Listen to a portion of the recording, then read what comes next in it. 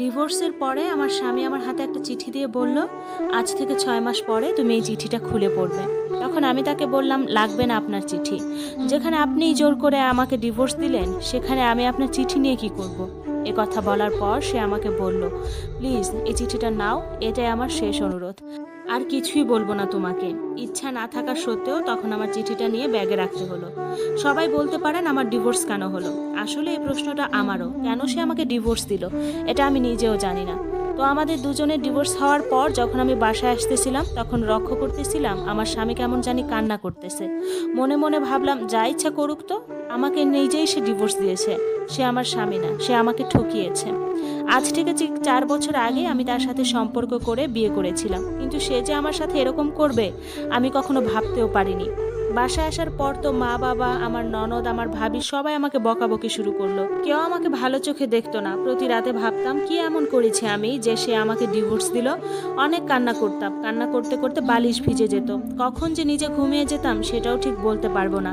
মাঝে মাঝে তো এমন হতো জাগতে জাগতে ফজরের আজানও দিয়ে দিত।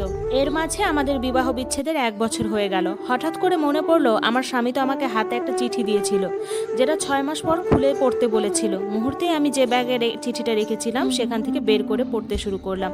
চিঠিতে আমার স্বামী লিখেছিল, প্রিয় মারিয়া, আমাকে ক্ষমা করে দিও তোমাকে ডিভোর্স দেওয়ার জন্য। খুব ইচ্ছে ছিল তোমাকে নিয়ে শখের একটা নীড় বাঁধবো, কিন্তু সেটা আর হলো না। জানো মারিয়া, স্বপ্নটা আমার স্বপ্নই রয়ে গেল। তুমি না জানতে চেয়েছিলা কেন আমি তোমাকে ডিভোর্স দিলাম? তাহলে শোনো, আমার ব্লাড ক্যান্সার ধরা পড়েছিল। ডাক্তার আমাকে বলেছিল সর্বোচ্চ আর 4 মাস আমি বেঁচে থাকতে পারবো। এরপর হয়তোবা দুনিয়াতে আমি থাকতেই পারবো না। কথাটা শোনার পর কি করব ভেবে পাচ্ছিলাম না। ভাবলাম যদি তুমি এ কথা জানতে পারো তাহলে আমার থেকে তুমি সব থেকে বেশি কষ্ট পাবে। আমি চাইনি তোমাকে কষ্ট দিতে, কারণ এই পৃথিবীতে তুমিই একমাত্র ব্যক্তি যে আমাকে সবচেয়ে বেশি ভালোবাসো।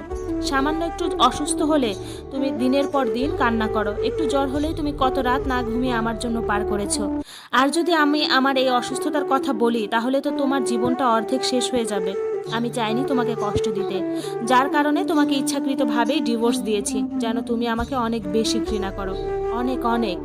তোমার মন থেকে যেন একদমই চিরতরে মুছে ফেলো, আমার নামটাও যেন তোমার মুখে নিতে আর ভালো না লাগে। জানো মারিয়া, আমি তোমাকে অসম্ভব ভালোবাসি। তোমাকে ডিভোর্স দেওয়ার পর আমি অঝরে কান্না করেছি। কোনো কিছুই আমার আর করার ছিল না। তুমি আমার কাছে সেই লাল টুকটুকে একটা বউ, প্রিয়তমা স্ত্রী। আমার চোখে দেখা দুনিয়ার সব থেকে শ্রেষ্ঠ নারী হচ্ছ তুমি। তোমার মতো কাউকে আমি পাইনি। যদি আবার পুনর্জন্ম বলে কিছু থাকে আমি তোমাকেই চাইবো, কিন্তু সেটা তো আর সম্ভব না। জানো আপু, চিঠিটা পড়তে পড়তে আমি এমন এক জগতে হারিয়ে গিয়েছিলাম, মনে হচ্ছিল সেখান থেকে আর বেরিয়ে হতে পারবো না। জানো আপু, আমার জীবনের সবচেয়ে বড় ভুল কোনটা? সেটা হচ্ছে আমি যদি বাসায় এসে চিঠিটা খুলে পড়ে দেখতে পারতাম, তাহলে হয়তোবা সেই দিনই সবকিছু জেনে যেতে পারতাম। হয়তোবা শেষ কয়েকদিন আমি আমার স্বামীর সেবা যত্ন করে যেতে পারতাম। কিন্তু মনে এতটাই ঘৃণা ছিল যে চিঠিটা যে একবারের জন্য খুলে পড়ে দেখবো এটাও আমার মন থেকে টানতো না। জানো আপু, আমার স্বামী আমাকে খুব ভালোবাসতো। কোনো কারণে যদি আমি কোনোদিন রাগ করতাম, তাহলে আমার রাগ না ভাঙানো অবধি সে কখনো একটা দানাও মুখে নিত না। আমাকে যে কত ভালোবাসতো সে সব সময় আমাকে সাপোর্ট দিয়ে আসছে। যখন আমরা একসাথে ঘুরতে যেতাম আমাকে পছন্দের জিনিস কিনে দিত, কিন্তু সেই মানুষটাকে আমি একটুও বুঝতে পারলাম না। আজও আপু আমি এখনো বিয়ে করি নাই, আমার কোনো ছেলে মেয়েও নাই। ভাবতেছি পরে জীবনটা কিভাবে কাটাবো। একটা মেয়েকে ডিভোর্সের পর কখনোই কেউ বসিয়ে খাওয়ায় না। আমার ফ্যামিলি থেকে অনেক পাত্র দেখতেছে, মাঝে মাঝে ঘটক আসে, সুন্দর সুন্দর ছবিও নিয়ে আসে। সবাই বলতেছে যে ছেলেটা ভালো, বিয়ে করে নাও। বিদেশ থেকে অনেক ছেলেরা প্রস্তাব নিয়ে আসে, কিন্তু আপু জানো, আমার স্বামীর কথা যখন মনে পড়ে তখন আমার দুনিয়া একদমই এলোমেলো হয়ে যায়, চারপাশ অন্ধকার হয়ে আসে। কিভাবে আমি তার এত স্মৃতি ভুলে থাকবো? আমার স্বামী আমাকে কত ভালোবাসতো, সুন্দর খাইয়ে দিত, কত জায়গায় ঘুরতে নিয়ে যেত। আমি যদি অন্য আরেকজনের কাছে যাই সে কি আমাকে এরকম ভাবে ভালোবাসবে? আপু তুমিই বলো। এতক্ষণ যে কথাগুলো শুনতে